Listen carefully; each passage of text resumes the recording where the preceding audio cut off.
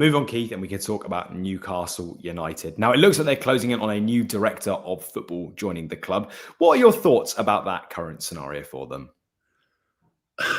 It's become, again, another thing that's become unnecessarily long. There's also the gardening leave, which Jim Radcliffe has spoken about. As he finished the marathon, he was complaining about that. Well, I'm afraid if he wants that, that executive to come to him, he's got to pay the money, and it's pretty simple. For Newcastle, they obviously had longer term plans already in place. Now, they haven't got Ashworth there to execute them, but I think there would have probably been a plan in place that would have been, moved and changed as things have gone on the last few months. Players either come available or go, or injuries happen, etc. So it's always a very fluid situation in terms of as you come into a transfer window as to what your real requirements are.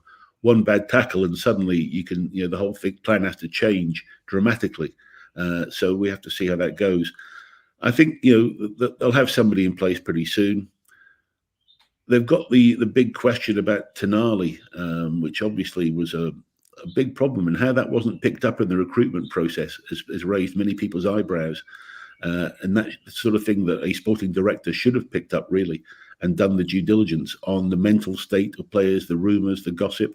That was something that we always tried to do when I've been doing major transfers, to try and look at that side of a player and trying to foresee any particular risks that could be there.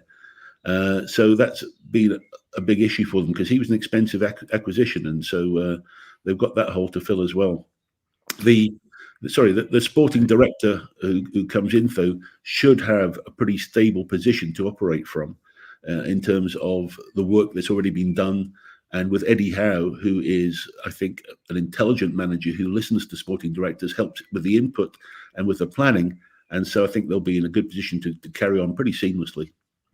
I mean, Keith, I'm going to pick on a point you said in there about Sandro Tonali. Are we expecting him to play a major part of the future of Newcastle for next season and seasons to come? Do we expect him to effectively be like a new signing going into next season? Or actually, would there be any chance after all of this has happened that he actually might struggle potentially to ignite his career at St James's Park?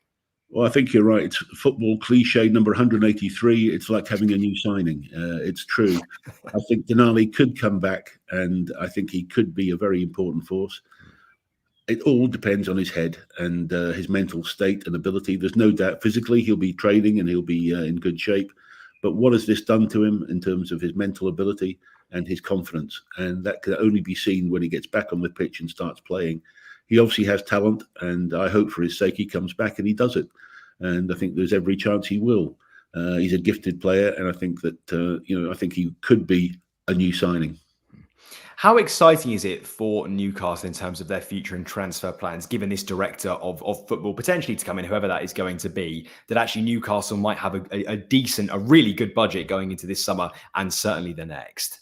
I think it's going to be great, but I say they've proven that they can get it right a lot of the time, and they've been quite wise on the spending. The Tonali issue was one that they will have learnt from again. So I think they're in a very good position. I've been a big admirer, as I say, of the way that Staveley and her group have come in and taken things reasonably slowly, and yet delivered very good results over a period of time. So I've got my eyes on Newcastle and Villa as being the two that I think can really challenge the big four coming up in the next couple of years. If it is Dougie Freedman from Crystal Palace, Keith, how exciting is it for fans when a director of football has proven success in signings, that they have an eye for top players, that they know about issues that are going on? How good would that be for Newcastle?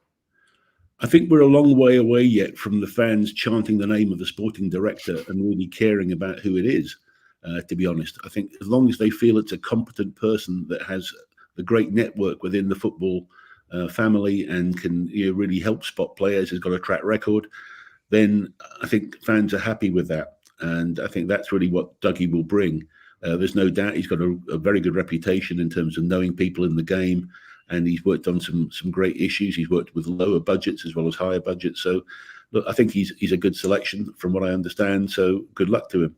I think the fans, though, will just see that as a part of a team at the top that has to work, and I don't think they'll take any strong view, because the football director's work is very rarely in full view of the fans until signings are made. So I think they'll just allow him to get on and see what happens on the end, and he'd be able to take credit if trophies and dividends come in like that. What are your thoughts, Keith, on the current Dan Ashworth situation and the whole period of gardening leave that he's been on? Well, it's all part of the employment situation. As I understand it, it's now going to a tribunal.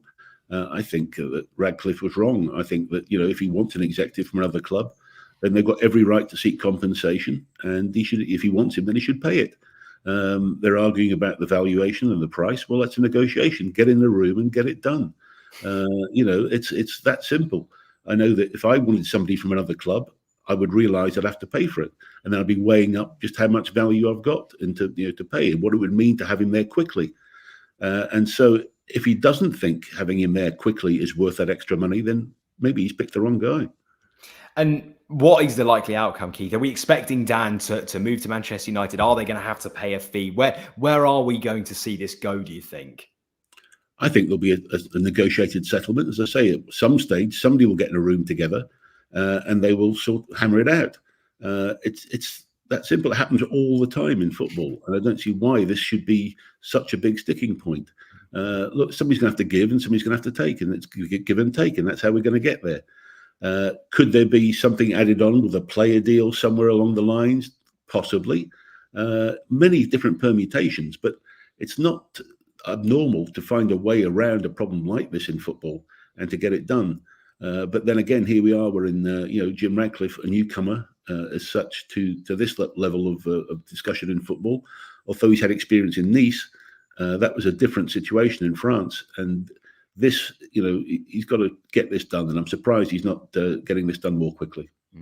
I mean, Keith, one thing that Newcastle fans have potentially spoken about is effectively putting a transfer ban on Manchester United signing any of their players. Would that be a viable option? Instead of potentially a player swap, could that be something that Newcastle try and implement into the contract, that they don't move for any of their players for, say, 12 months potentially? Are there legs to that statement?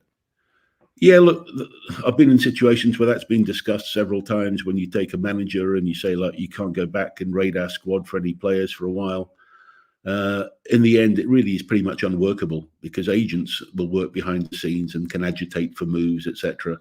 And I don't really think it's workable. There may be a period of time that, again, could be worth a monetary value. So they say, okay, 3 months or 6 months, but that means we're going to take X million off the valuation that you're asking for this sporting director. But really, it's not the right way, I don't think, to approach it. If you want him there, you should have him in place now before the transfer window. He's got serious work to do right now at this time of the year. And so if you can't reach that valuation, then, something is not quite right in this whole decision-making process.